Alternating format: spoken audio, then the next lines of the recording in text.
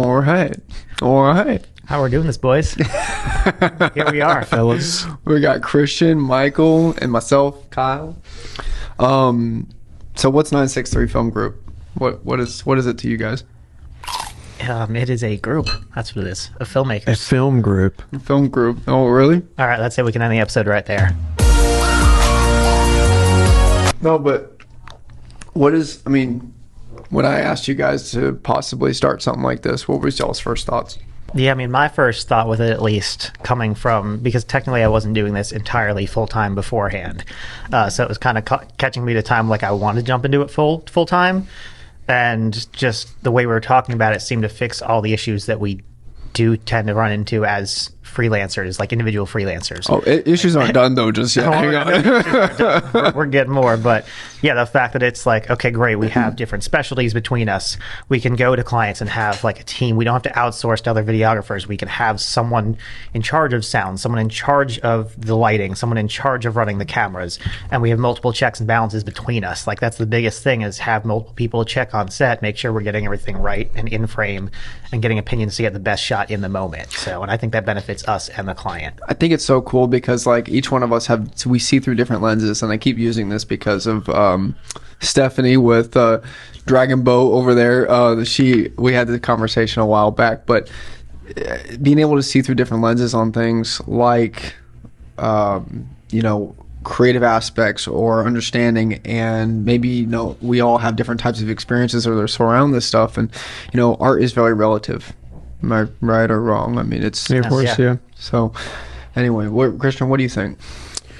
My opinion on it is very similar to Michael's, actually. I came into it at a pretty pivotal moment as well. I was going out on my own. I was salaried, and I just saw it as kind of this new era. I mean, there's other, video production companies, film groups and all that, but for us, it's like, especially in our area, it's really kind of a first of its kind thing, what we're doing.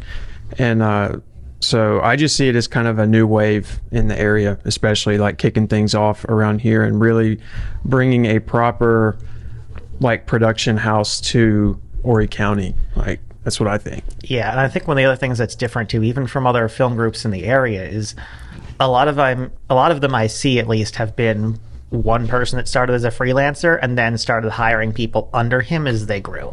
So it's still one person kind of leading with that person's specific vision, that person's specific style as the forefront. Where ours is kind of different, being we already had those a little bit solidified before coming together. So I think that helps us appeal to different types of work, because even between us, like, we have different styles, we have different editing, different things that we like to film. So I think that's good. Super dark, super moody. Kyle's like teal and orange everything. Well, I mean, more so as well than just the practical and the literal. It's like, we're a way for business to really get out there as well. Yeah. Like our connections with various, like marketing outlets, like it's like, what's the word I'm looking for? Full service. Mm-hmm. You know what I'm saying? It really is. It's like one-stop shop. Like, come to us, everything. Like full strategy, full video production, full like podcast, whatever they want. Like, we literally can do it. Yeah. So, well, it's nice though. I mean, I like one-stop shop, and one-stop shop is like a cool way of going about it, but a lot of people get one-stop shop mixed up with we can do everything. Yeah, jack of all trades. It's okay, but like I really like that each one of us have very specific niches within the company. Oh yeah, right, because we can't do it all. No one can do it all, and anyone who tries to do it all ends up being crap at pretty much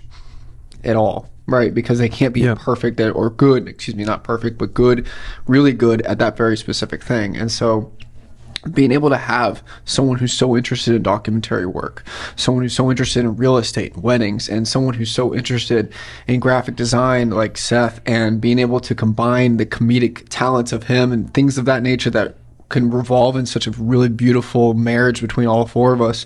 I think it just works. I think it's really gonna change the way that people see video production and video marketing for the Grand Strand a little bit. Yeah, I think that's another thing we need to hit on too, is as far as the one-stop shop, like, it's not all just about the video. I mean, obviously when we got together, even from the very first stages, as you first bring it up to me, Kyle, it's like that was one of the things we talked about, wanting to be different. Like, anybody in the area, whether it's another film group, another production house, another videographer, like they can all shoot a video.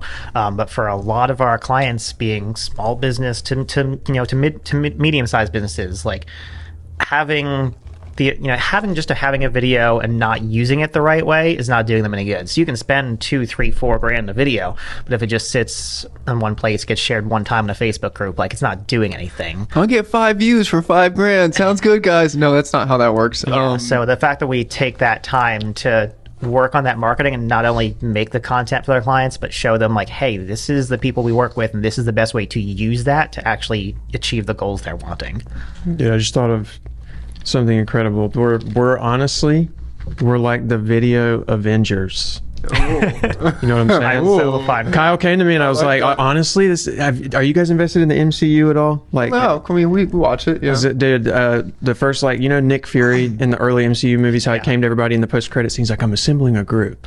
Like, that was Kyle, dude. And that's how it is. I was like, in that dark room. I was like, I'm assembling a team. All right, need the eye patch now. Yeah, the eye patch. Grab you an eye patch. Who's the bald Avenger? I mean, I wish I could be Thor, but I do not have the hair for it. So. I mean, Nick Fury is kind of... that's true. But anyway. Yeah, that is true. No, it's cool, like, being able to, like you said, I came to you guys trying to build trust and, like, understanding and trying to be open about, like, who we are. Because it's not just... Honestly, our group really wasn't just built on creativeness or aspects of design or anything like that. It was honestly built on Christ, right? Yeah. I wanted to be able to bring together some Christian filmmakers that were really good on understanding morality, that we're not going to go film a strip club, we're not going to go film some rap videos with some booty shaking in the face or anything like that. It's not really our style. It's not what we want to do. Yeah. I don't want to have a gun shaking in my face whether there's music going on in the background. It's not something I'm about. But the fact of the matter is that I wanted some really good moral people to build a really good company with, and quality company, because as Christians we strive to be able to share his glory among the nations, and that's where 963 actually came from. Christian had the awesome idea of the logo or the brand name, and dude, it I'm still to this day, every time I go back and watch it or read it, I'm like, it's like perfect. That's it. So, I think that brings up a good point too. Like, everybody that's started a business or been part of a business knows, like, it's like a family. It really is like another form of relationship, honestly. So it is really nice to have that as a backbone between us, and know that we have that, that consistency as far as our morals. Like, we're, not afraid to come to each other, call each other out when needed, kind of keep each other in check, and then have that as the forefront, and it doesn't need to be like that every single thing we do is centered around Christianity and everything, because it's not. That's, why we didn't name it the Christian Film Group. We named it 963. It's that meaning is there if you dig into it, and I think people, whether they're Christian or not, can kind of like, oh, that person's most likely, they're basing their business off of, they're probably going to take care of me. So, we don't have to do only Christian stuff, but it's still just having that backbone, even if it's something we have to explain to people, I think is just a really good thing for us to have. And again, it helps us inside things as a company, just keep on track with each other, be honest with each other, keep things smooth. Yeah, have those morals. So yeah. No, I like the 963 name as well, because it kind of is open-ended. It leaves the door open. People, what's that? What does that mean? And I think it's cool. It's like a very easy way to not force the conversation about, because not force the conversation and be just so like hyper religious and everything. It's just more so like building relationships, because a huge part of what we do as well is building relationships. I know, like, that's a huge backbone of your strategy and everything, and of all of our strategies. And it's just interesting to be able to spark up that conversation, because a lot of company names I feel like don't have that element. It's like, it's just a basic name or something, and with us it's kind of this thing. It's like, oh, what's that? And it's just easily opens the door to have that conversation and fully agree. Potentially be witness, and everything on top of just the video stuff. I think everything needs to have a meaning, and everything has to have like some kind of story behind it. And if you create like a business name and things of that nature and doesn't have a huge meaning behind it, your business is your baby, your group is your baby, whatever you want to create is your baby. And that's why we try to adhere so much to our clients, is we're telling a story. We're trying to tell people how these people came from, straight out of college or high school, and they had no business experience or business knowledge whatsoever.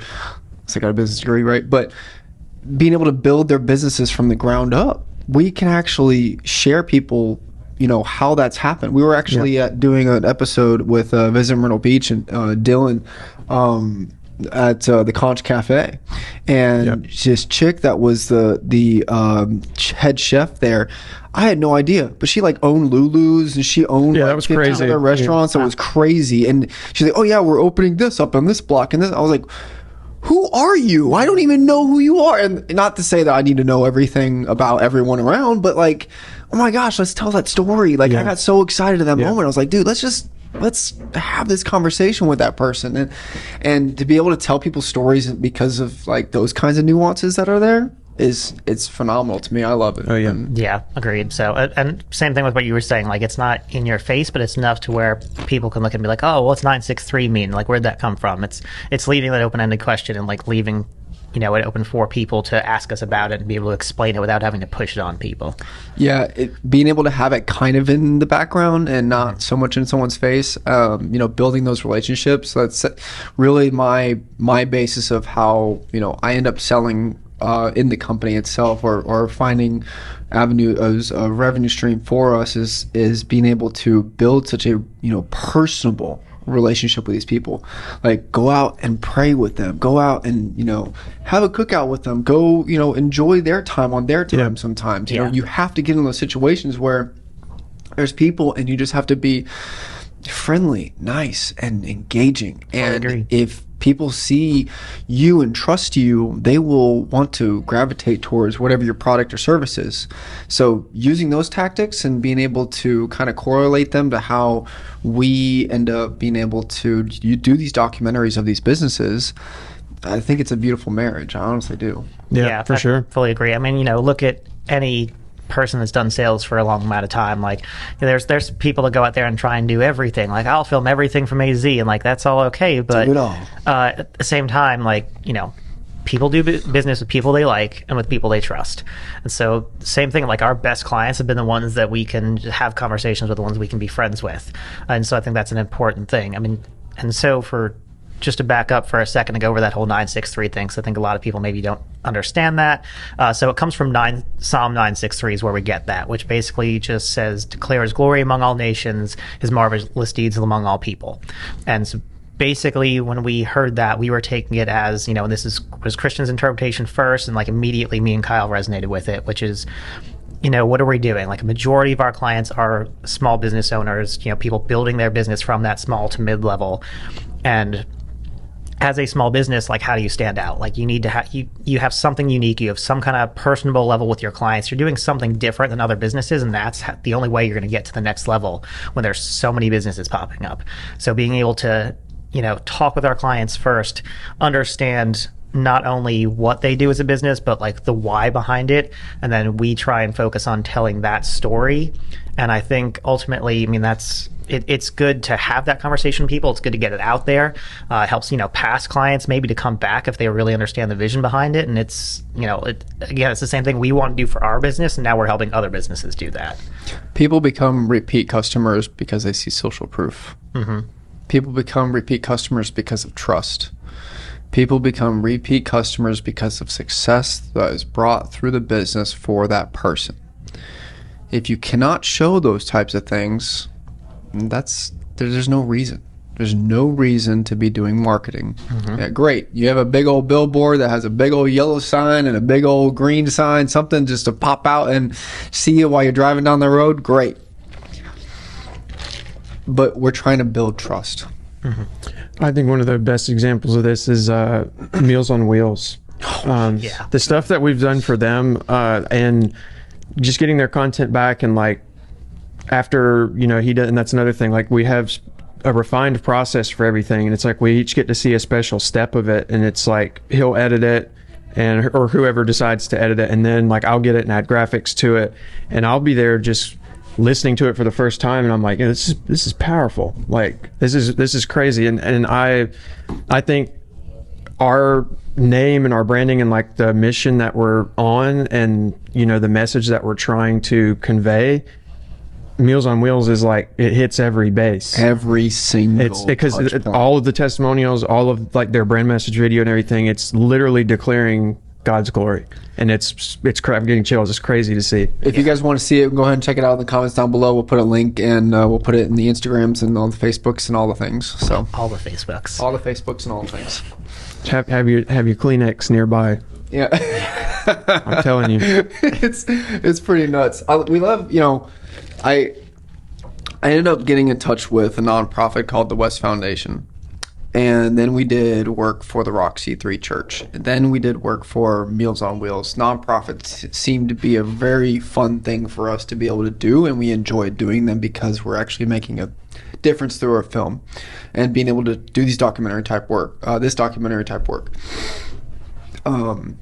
When creating the flow of the film itself, if I'm not crying like 4 times while I'm editing this is not, it never doesn't ever go out. You know what I'm saying? Like, yeah, I'm sure y'all have gotten to those points in some of your like wedding edits or things of that nature, or any of your documentary work. Like, there's times when you sit there and you're watching this edit and you're like, okay, yeah, this is happening. Well, and it's crazy to see the client themselves having realizations and stuff because like, part of our job is to dig that out and to really ask them, and to, I've sat in on several interviews where Kyle's, conducted things, and just to give you kudos for a second, you're great at it, dude. You're very good at pulling that stuff out of people. And another example is, like I shot a video for Conway Christian School, and it was this long project. They were trying to secure some funding for some projects, and it was just a long form, like, here's the history of our school and stuff. And it was so crazy. One of the founding couples, they were in like their 70s or 80s, and they were just talking to each other.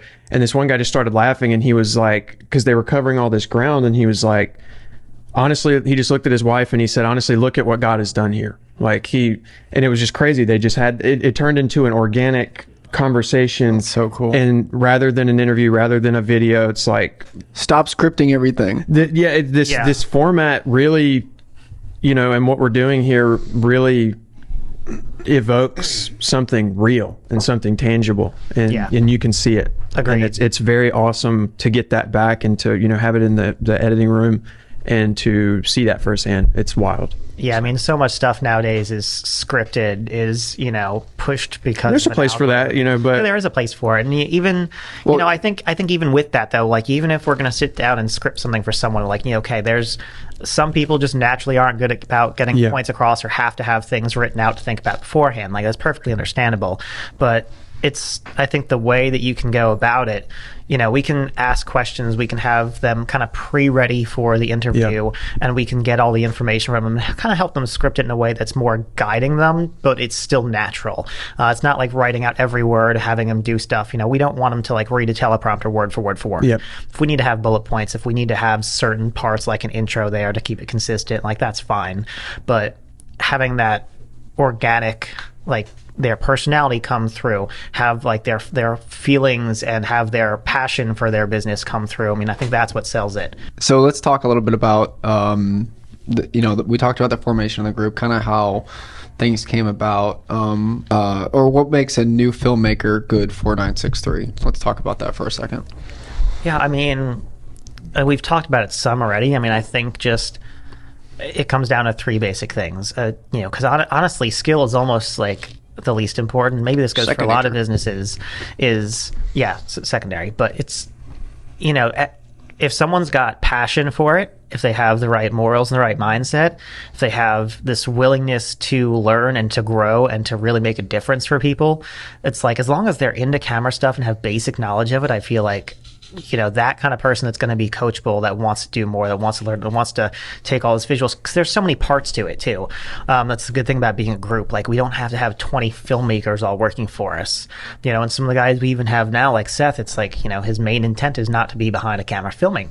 But so much what we do, the visual, like the marketing side of it, the graphics side of it, special effects, editing, sound, lighting, like, there's so many avenues too, where I think, as long as we keep that foundation of our morals and our goals kind of the same there, and just have someone that's got the same passions we do, those are the kind of people that I'm most wanting to work with. So that's what I was going to say. Like, the passion piece, just somebody that, you know, just like eats, sleeps, and breathes this stuff, because that's me. Like my come up in this industry, like it was just countless 3 a.m. nights on YouTube, like, you know, so many, and so many. It's like I have fallen in love with this art so much, and I know that I would like to collaborate with more people like that, you know, people, and like we all went to see the Batman together and just nerded out over it. It's like stuff like that, just people that just really love what they do and love the art behind it and every aspect of it. And also I think it helps, you know, although we're a specialized group, I think that it's cool when you do have a little bit of knowledge in a few different areas, because it's like, you know, I've gotten to the point in my career where, you know, cinematography or just being behind the camera is kind of my like specialty. It's what I care about the most, but, you know, I have a general understanding of lighting, of audio. And so it's like, I think it's helpful for a new filmmaker to maybe understand the general aspects of some of that stuff, just to be able to help. And because we were a very collaborative environment, we're always working on things together, and it's super cool. And we can all come together and kind of like we could each hop on one thing. If it's a super hectic set or something, somebody's got to do something else, somebody can hop on and kind of roughly know things. And I think, you know, that's not super necessary or essential, but it's a cool plus. And I think it's like, because all of us have a pretty good understanding of each thing, and it helps a lot with the synergy on a set for sure. Yeah, and I think we try and help coach each other in that stuff too. Like audio, absolutely. The other week we had to sit down where I was just explaining some things because I know the most about audio, and it's like, or there are certain things with editing where I'll have you guys show me your graphics or coloring or whatever, or even just how to film certain types of stuff. Like the first time I filmed sports, I felt like a newbie again, because I was like, all these people running around, what do I focus on? Sports is a super fast autofocus, bro. That's all it is, man. Yeah, so it's like having that willingness too. It's like, obviously we don't need to be perfect at all aspects of it, and that wouldn't be good anyway, like jack of all trades kind of thing. Like we need to each have specialties and niches, but having the versatility to be open and learning to each other and understanding we all have things we could learn and improve on, and then builds a helping camaraderie. each other. Not only the camaraderie, but like you said, efficiency on set. If someone needs to jump over or something, someone needs to double check someone else's angles or lighting, whatever, we have, or even if the days where we're going out shooting multiple things, sometimes all three of us are on different sets or different locations.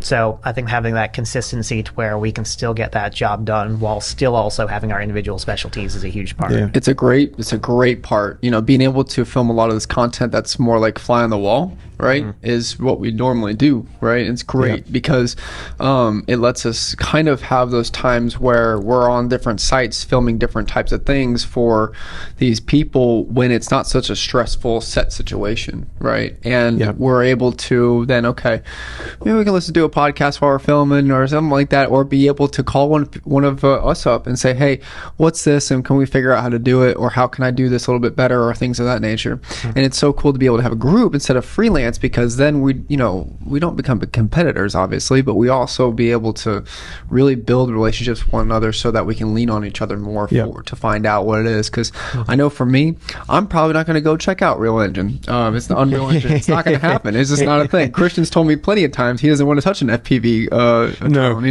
things of that nature. So it just kind of goes down these realms of like, okay, what our passions are and how do we move forward on them. So let's talk about that a little bit. Actually, side note, I got to make a reminder to do another movie night. We got to figure out a movie. We do. Watch. Figure out another movie night.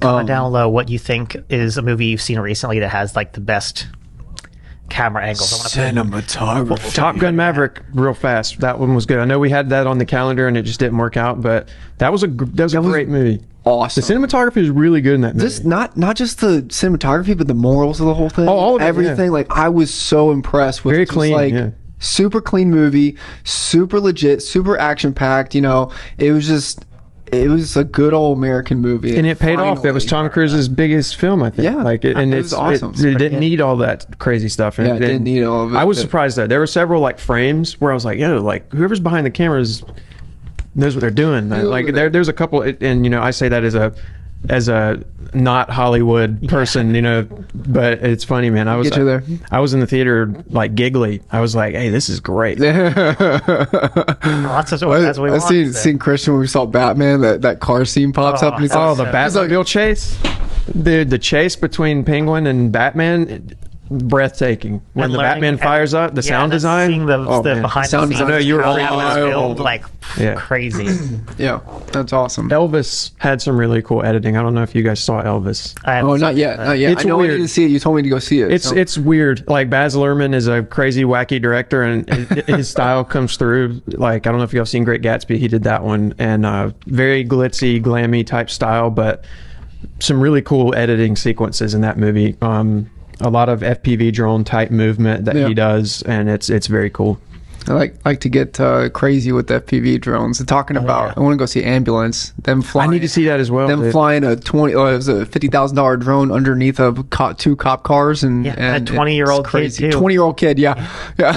Michael super Bay, green. for those of you who don't know, literally this 20-year-old kid that had done some like local drone competitions had some videos online. No, he's a So- world champion. Oh, is he? Yeah. Oh, okay. Super Maybe he world started with champion. that. That's Yeah, okay. Never he's- mind. But he's no still, joke. on the fact that a 20-year-old kid was good enough to where Michael Bay was like, Psycho. "Hey, I want this kid on my movie." Yeah, yeah. I remember they were doing some kind of interview. The actors like had to duck a few times because they got so scared of how loud that thing was on set, and, like flying by him at 60 miles an hour. You know? Well, did you see the behind the scenes of Top Gun as well? That one scene in the movie where the first opening scene where he takes the jet and he flies up and it like blows the roof off of everything. That was real. That was one take. Really? They destroyed the set with it. Yeah. Really? And so That's that was practical. That was all real. So, Dude, that's wild. if we can get anybody listening to this, if you happen to be or know someone that like is in charge of explosives on set, like please, we need to have that. I would love to pick that. We can guy's find brain. someone through the grapevine.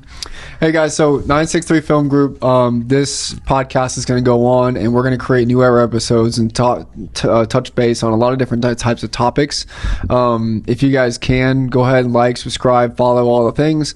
And what we're going to end up doing is kind of go over different topics as we go forward, as far as filmmaking goes, as far as building a video production company, because this thing is fresh. Right. It's super fresh. So we're learning as much as you guys are, and we're going to be able to kind of build this from there. So we guys catch you next week. Thanks. Yeah, no problem. And if you guys got any questions for us, if you have any guests you want to see, any questions for us, feel free to drop those in comments below. We'll try and start having a section to get to these. Where obviously this is our first one of this, so we're hitting the ground running. We're open to any suggestions, and we'll see you guys next time. peace.